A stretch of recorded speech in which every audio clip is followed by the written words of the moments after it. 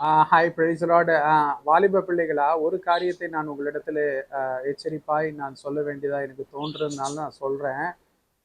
உங்களுக்கு உங்களுடைய கையின் பிரயாசங்கள்ல பலன் உண்டாக வேண்டும். குறிப்பா இந்த பிஸ்னஸ் growth ஆகணும், அதுக்கப்புறம் ப்ராஸ்பரிட்டி வேணும், உங்க லைஃப் வந்து பெருகணும், விரிவாக்கம் உண்டாகணும்னா கர்த்தர் சொன்ன திருவசனத்தின்படி முதலாவது நீங்கள் தேவனுடைய ராஜ்யத்தை தேடினால், அதற்கு நீங்கள் முக்கியத்துவம் கொடுத்தால் அதன் பிறகு கர்த்தர் எல்லாவற்றிலும் செழிக்க செய்வார். அதே மாதிரி பரிசுத்தம், நீதி, இது ரெண்டு தான். ஓகேங்களா? ஏன் சொல்றேன்னா, இன்னைக்கு புது புது பாஸ்டர்ஸ் வந்துட்டாங்க. குறிப்பா இந்த யங்ஸ்டர்ஸ், அது அவங்க என்ன சொல்றானுங்கன்னா, நாங்க புது திராட்சை ரசம்னு சொல்லிட்டு நூதனமான மோசடி சில கான்செப்டுகள் எல்லாம் கொண்டு வரானுங்க. சத்தியத்துல இருந்து கொஞ்சம் கூட சத்தியத்துக்கு ரிலேட் ஆகாம சத்திய வசனங்களை வச்சே பேசுறானுங்க.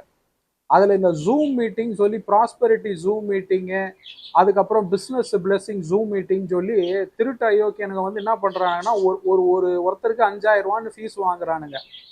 இவனுங்க யார் இந்த வேலையை பண்ணுறதுன்னு பார்த்தீங்கன்னா, இந்த யங் பாஸ்டர்ஸ்ன்னு வரானுங்க. அவங்களுக்கு திருச்சபையே இல்லை. அப்படியே ஒரு திருச்சபை இருந்தாலும் அதில் இருக்கிறதெல்லாம் வந்து தருதலைங்களாக தான் இருக்குதுங்க. கேட்டால் அதே மாதிரி வந்து எல்லாத்தையும் வந்து ட்ரெஸ் அறக்குறையாக போட்டுக்கின்னு ஆடுதுங்க. சுடிதார் போட்டிருந்தா துப்பட்டாவை எடுத்துட்டு ஆடுதுங்க. கேட்டால் நாங்களாம் புது திராட்சை ரசம்னு சொல்லிட்டு இருக்குங்க. ஸோ இப்படிப்பட்ட ஒரு மோசடியிலே நீங்கள் சிக்கி கொள்ளாதபடிக்கு அதன் பிறகு நீங்க என்ன பண்ணுவீங்கன்னா, அப்படி சிக்கிட்டீங்கன்னா ஒரு ஸ்டேஜ்ல வந்து நீங்க ஏசப்பாவை வெறுத்துருவீங்க. சத்தியம் வந்து பொய்ன்னு சொல்லுவீங்க, ஏசப்பா வந்து பொய்ன்னு சொல்லுவீங்க. அதுக்காக தான் நான் எச்சரிப்பா சொல்றேன். இந்த திருட்டு அயோக்கியனுங்க வந்து 5000 ரூபா வாங்குறானுங்க ஜூம் மீட்டிங் சொல்லி. அவங்க கிட்ட எல்லாம் எச்சரிக்கையா இருங்க பிள்ளைகளா. நீங்க காசு கொடுத்து எந்த ஜூம் மீட்டிங் அட்டன் பண்ணிலாம் நீங்க எதுலயும் வந்து உங்க பிசினஸ்ல ஒரு ஆசீர்வாதமோ இல்ல வந்து செழிப்போலாம் வந்துடாது. அவனுங்க பொழப்புக்காக அப்படி பண்றாங்க.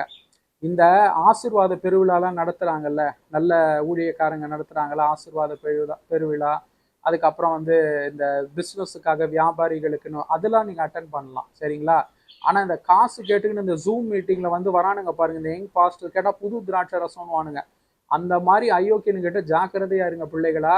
நீங்க வந்து ஒரு ஸ்டேஜ் வரும்போது பிசாசு உங்களை பயங்கரமா வஞ்சித்துவான். ஏன்னா அவன் பேசுற கான்செப்ட் எல்லாம் வசனத்தை எடுத்து தான் பேசுவான்.